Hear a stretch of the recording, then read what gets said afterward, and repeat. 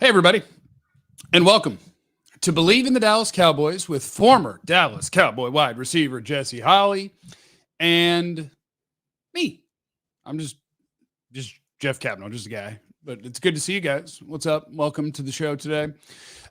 We have things to discuss because there is drama in Cowboy land, which never happens. It never happens, and we're shocked, and we're going to see if anybody in here could do some hating. And maybe you guys could do some hating in the chat. I don't know. This is brought to you by our friends at Bet Online, your number one source for all your sports betting needs this season. Baseball, golf, soccer, top fights, UFC, MMA, boxing, every stat, every matchup, live odds and spreads while games are being played. And when that's over, you can go to the online casino, blackjack or poker it up, unwind with over 150 slot games. Go to the website today, get in on that action. Promo code is Bleav, B-L-E-A-V. That gets you a 50% free bet credit on your first deposit up to $250. BLEAV. Bet Online. The game starts here. Hey, Jesse. What's up, brother? Are you a UFC fan? If it's on and I am in somewhere where it's already on, I'll watch it. I think it's kind of fun. But I don't like seek it out and keep up with it. They got a good one tonight. I'm not a big UFC fan. You know who kind of got me involved with UFC is kind of completely random and squirrel moment. Mike Dingus. Mike Dingus. Did he really?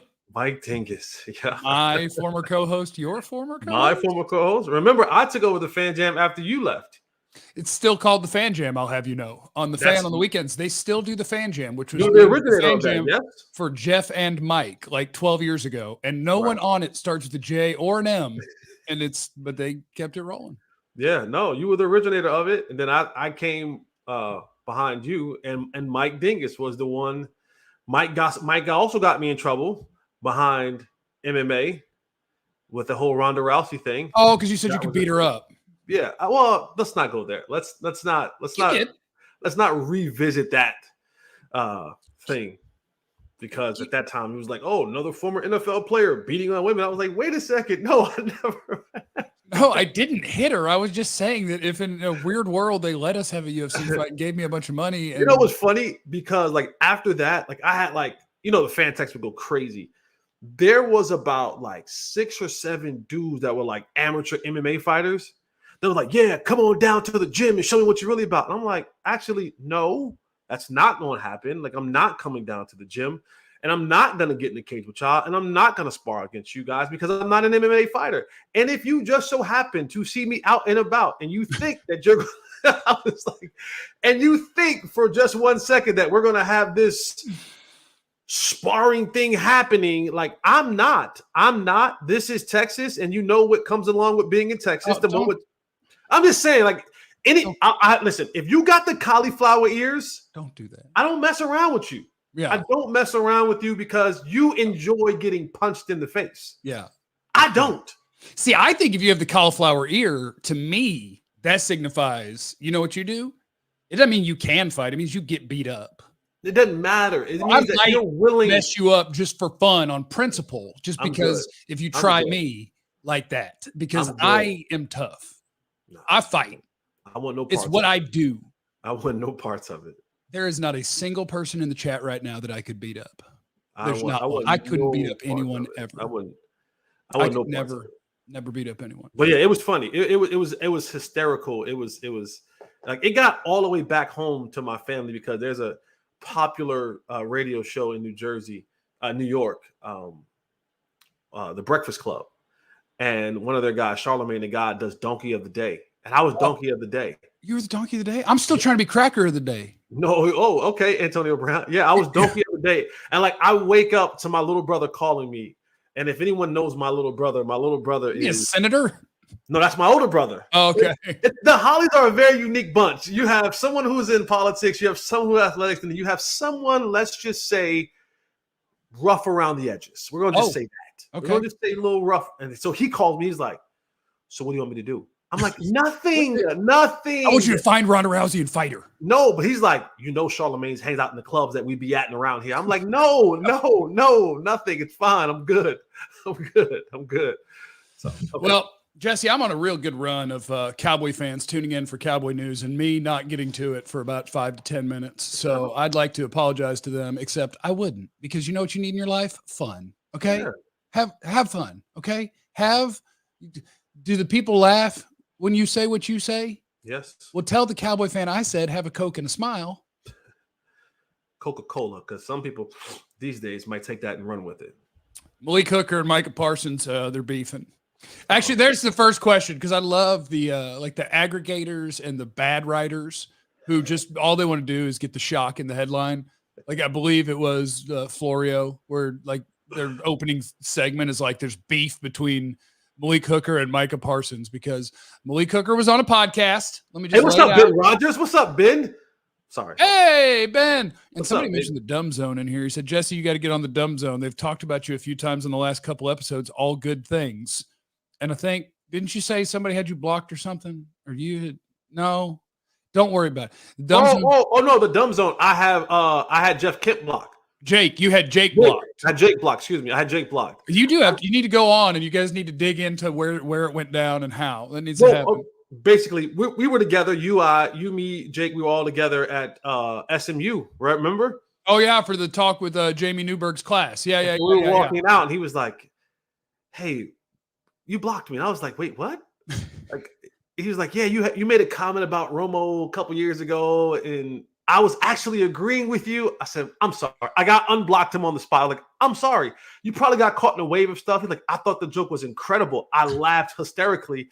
I don't know why you blocked me. You had me blocked for like 6 years. I was like, I'm sorry. I can tell people right now, I block people now, and I am trigger happy. So we'll come up with an appeals process if you think you've been wrongly blocked, because I'll go on a run. Yeah. And so if you feel like you've been wrongly blocked, figure out a way to appeal. I don't know. Daniel's in Super Chat. Jeff, when you go into Cowboys camp so I can send you something on Zelle. Boy, I like that. Yeah. Tentatively July 30 to August 8th, I Bleav. And I Bleav I will be hanging out and doing things with the Dumb Zone while I'm there, I Bleav. So if you don't know what that is, look it up. It's Dan McDowell, Jake Kemp, Blake, formerly on the ticket, now doing their own thing. Kemp? That's a baseball player. I'm sorry, Jake. Matt Kemp. I'm all off. Sorry. Yeah, just stop screwing up. Anyway, let me get the exact quotes before Jesse, see if Jesse wants to do some hating. He was on Malik Hooker on a podcast with Keyshawn Johnson. He said, my advice for Micah would be just make sure we're all right. Because if we're at work and the run game's terrible, but you're doing a podcast every week and you know the run game's terrible, then what are you really caring about? Are you caring about the crowd that was watching the podcast, or are you caring about the success of our team in the Super Bowl that we're trying to reach? So that is the quote that everybody pulled. And then Micah Parsons had a social media post that he deleted, but it said, just wish you said this to me, but instead on some podcast. And you got my number, family. Them's fighting words. At Malik Hooker, tagged him too. And you're my locker mate. So you could have said that any day. And you do realize I shoot the podcast on our off day. Why ain't we talking about everyone preparation and focus? So Jesse, are we beefing? Or are we just, well, I have my theories, but you're the guy who's been in the locker room. How are we doing? Are we beefing? No, there's no beef. There is. Micah has become defensive literally and figuratively, right? Like he's a defensive player, but Micah has been on this crusade this offseason. Some guy started talking about Micah and this stuff a while ago. We won't mention who that guy was, selfishness and all that kind of stuff. We won't mention those guys. And he's been on this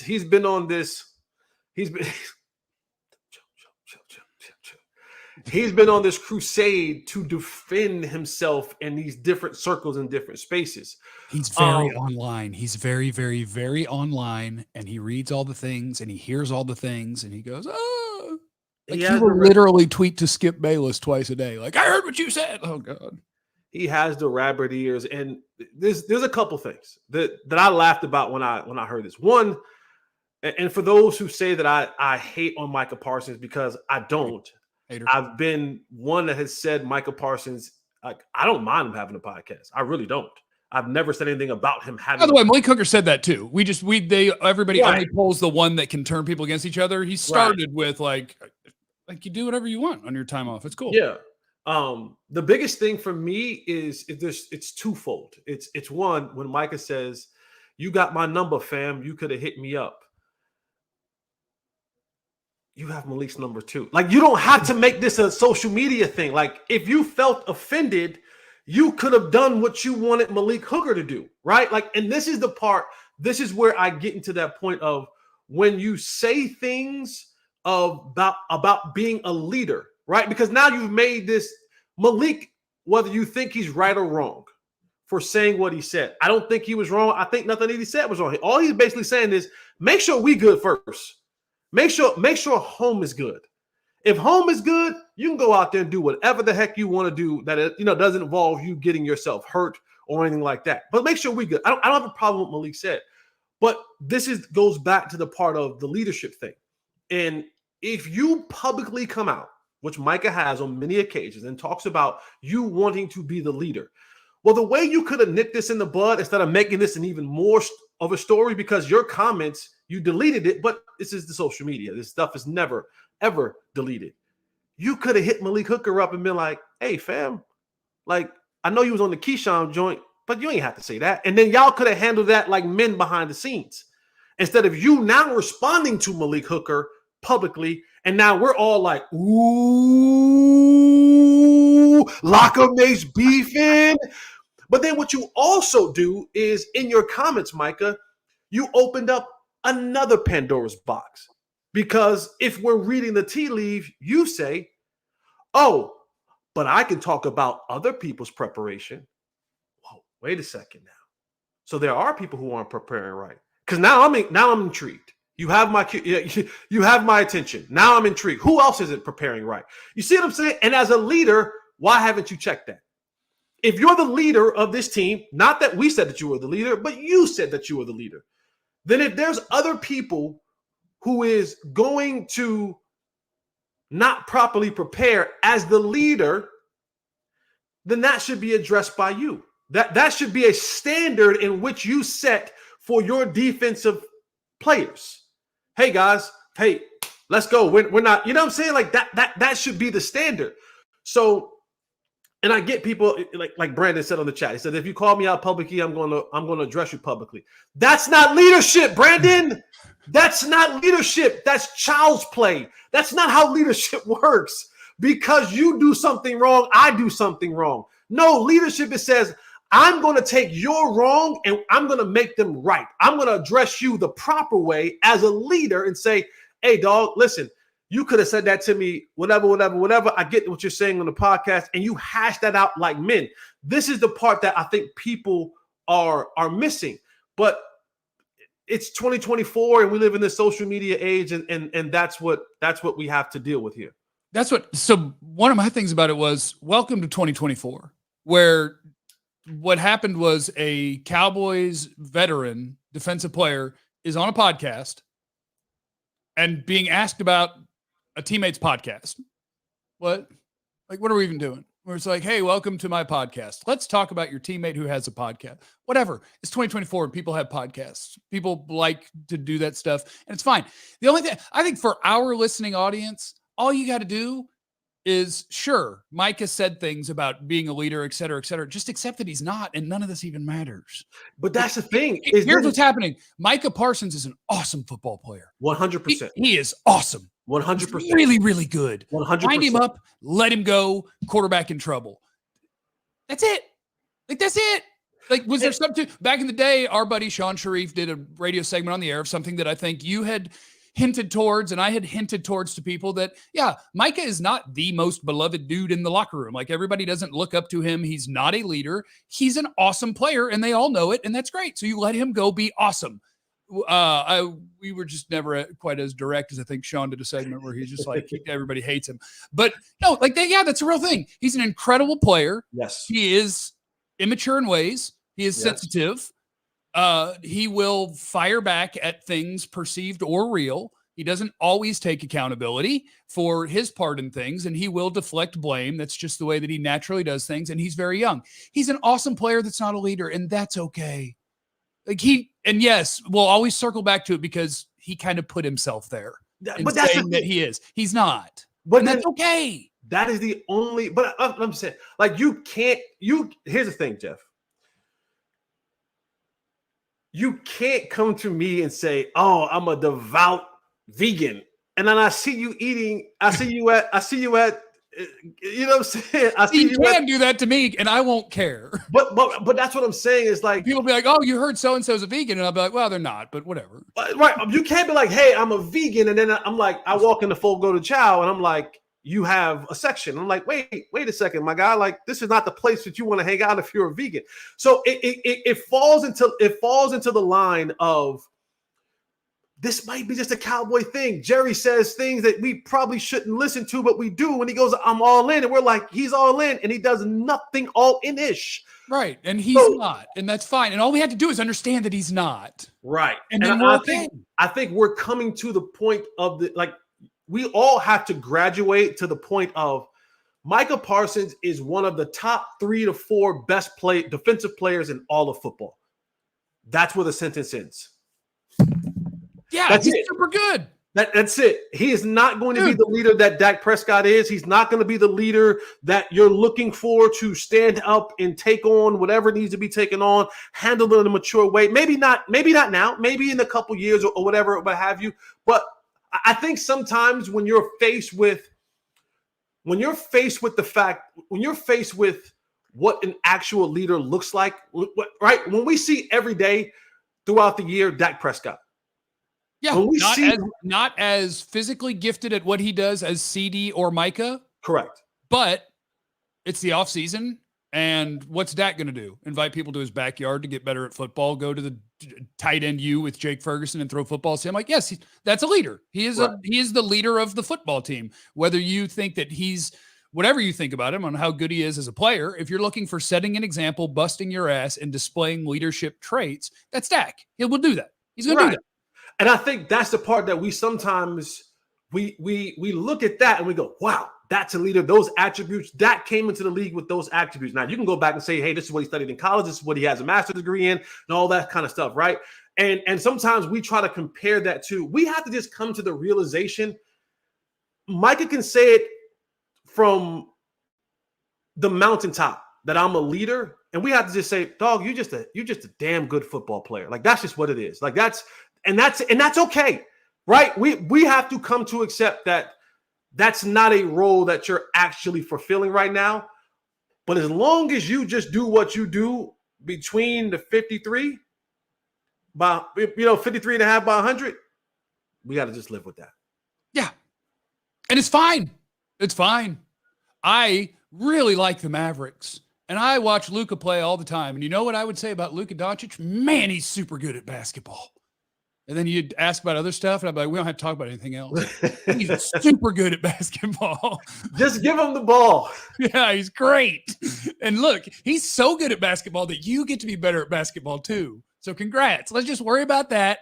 And the rest of it, you hope as you get older and older, stuff gets better and better. And that's that. There you go. Party on, party people. Yeah, and these are just the hiccups in the road that you have to, like, right? You talk about Luka, and they're saying he's one of the top 5 best basketball players in the world, wherever you want to put him, 1, 2, 3, 4, 5, whatever. But there's moments of immaturity. We go, hey, dude, we're in the NBA Finals. Now's not a good time to argue with the refs. Even though you're going to give me a 35-point triple-double, can't help it. Get off the floor. Yeah. Luka's snap reaction to a ref is Micah's snap reaction to hit reply on Twitter. Yes. It's just where their brain goes immediately, where it's like, hold on, gotta go. And just like, okay, well, we're going to get you with a sports psychologist. Eventually we can process these things slower. Maybe not. I don't know. We'll see. And I want to reiterate this because I know sometimes. Are you hating? No, I didn't say anything hateful. Just want to say that maybe you guys have just come in, or maybe you guys just decide to intentionally miss words that we say. We've said on multiple occasions, Micah's a damn good football player. Micah's one of the best football players in the world. Like, he is that we're not like, I got no problem with Micah Parsons, the player. Like, that's never been if you could find a place where I've said that Micah wasn't a good football player, please find it. If you could find a place where I didn't praise Micah for being one of the absolute best, please find it. Because when you find that, you'll find what you'll find Jimmy Hoffa. You're that good. You'll find where they buried Jimmy Hoffa at. Because I've never said it. I've always said he's a damn good football player. It's just the other stuff, and we have to just come to the realization that he's just a damn good football player, and we have to just appreciate that and love that. we're all on the internet 20 or 25 hours a week, and Mike is on here, what, 1 hour? Boy, you might want to check Micah's timeline. If you think Mike is online for an hour a week, you are mistaken. He is online a lot. And that's okay. Stop acting like anything that we talk about means that we're attacking the man. He can be on the internet. He can do a podcast, do whatever he wants. When the Eagles were going 1-7, Jason Kelsey was doing his podcast. Malik Hooker said there's nothing wrong with doing a podcast. We've never said that there was, again, y'all can't find clips where we said that we had a problem with him doing the podcast. No, this is about what Malik Hooker said. And Malik Hooker was literally also said, I don't have a problem with him doing a podcast at all. But there is the honest realization of perception, right? Correct. So, like, I promise you, Jason Kelsey, especially with Philadelphia fans, when you're doing a podcast every week while your team's going 1-7, I bet his social media comments were a lot of fun. I bet that was a lot of fun. Because, yes, it's just the reality of how will things look if things aren't going well and we're not accomplishing our goals. And you give people the ability to look at something else and be like, well, why are you doing that instead of doing this? Because we pretend that everybody out there's job is their whole life. And if you're a football player, boy, when you're football cyborg, we do love it. It's great. If you eat, sleep, and breathe it, that's awesome. And that's how you can be the best that you can. But if you're just really, really, really good at it, that's cool too. That's fine. It makes you a human. And that's the thing. Listen, in professional sports, I have had the unique privilege in life to just be around some of the absolute most dominant football players. And I've been around some of the greatest athletes you've ever seen in your life. And there are some who comes with the God-given ability and the other good stuff. And there's some that just comes with like, dog, you just good as hell. you just got it like that, huh? Cool. You know, like God rest his soul. I was around Aaron Hernandez. Horrible human being. Boy, he was good. Boy. OJ was good. Well, you know, I was, you know what I'm saying? I was around some horrible. Trying to find the worst felons and talk about their talent. No, I mean, I've been around some pretty. Ray Caruth, super talented. And not even like, but I've been around like Ocho Cinco. I was around Ocho Cinco. Not a good leader. My favorite person ever. Not a good leader at all. Hey. He's not. Hey. He's not. Damn it. Let me believe. Put him on the football field. I was contrary to popular belief. I know. Right. Well, we know he's up Des, yes, but like even Jason Witten, I know everyone's gonna say, "Oh my God, what a leader he was." I bet he was a leader to some people who were very much like him. Maybe. No. You hated the other tight ends. You asked anyone in the tight end room who he was like, "Come on, little brother, let me help you out with this thing." No, he was just like, "Hey, stand back there, right by the coaches, and just watch me do it." But he was a damn good football player when he was doing it. You know what I'm saying? And so there isn't this thing of, you know, we're looking for the best players to always have to be the leaders. I've been around dudes who've been Tom Brady, right? Who's been the best quarterback, but a hell of a leader. You know what I'm saying? I've been around, you know, now the head coach of the New England Patriots, Coach Mayo, Gerard Mayo. He was a really good football player, and he was like a coach in the locker room. Like he just comes with all those attributes. Again, that's what you get. You get into this professional sports stuff, and you're going to have people who are just insanely blessed by the Lord above or whatever God that you want to believe in. And then you have some that are saying like, you're a freak athlete. Like even with Dez, like I used to watch Dez get up, don't stretch, don't eat breakfast, don't even tie his cleats, and go out there and route you the hell up and just be like, throw it up here. And you know it's coming. I know it's coming. They know it's coming. And there's absolutely, and he didn't even stretch. We're in stretch lines and he's having a conversation. That's just what it is. You got to just deal with that. You know what I'm saying? I do love that one of the names you pick is Chris is in the chat because it's my fault for following you down that road where he said Micah in the same sentence with OJ and Aaron Hernandez. Like you just happened to pick a guy that was really talented that was also a felon. We're not good. Micah's fine. He seems very sweet. We're just saying, man, like sometimes you have to just accept people for just being exceptional athletes and let them just cook in that arena and say, you know what, no matter how many times he says that he wants to be a leader, he just all he really is a damn good football player, And there's nothing wrong with that at all. Jesse, have a blessed day, sir. I like to believe that I'm a decent football player and I'm an amazing human being. Okay, yeah. You got it. You had it on the other end of the spectrum. You got all. Yeah, my attributes are really high. My skill level just. Wait, did you just call Micah a terrible human being? No. Okay. Everybody have a great day, Cowboys Nation. What a day.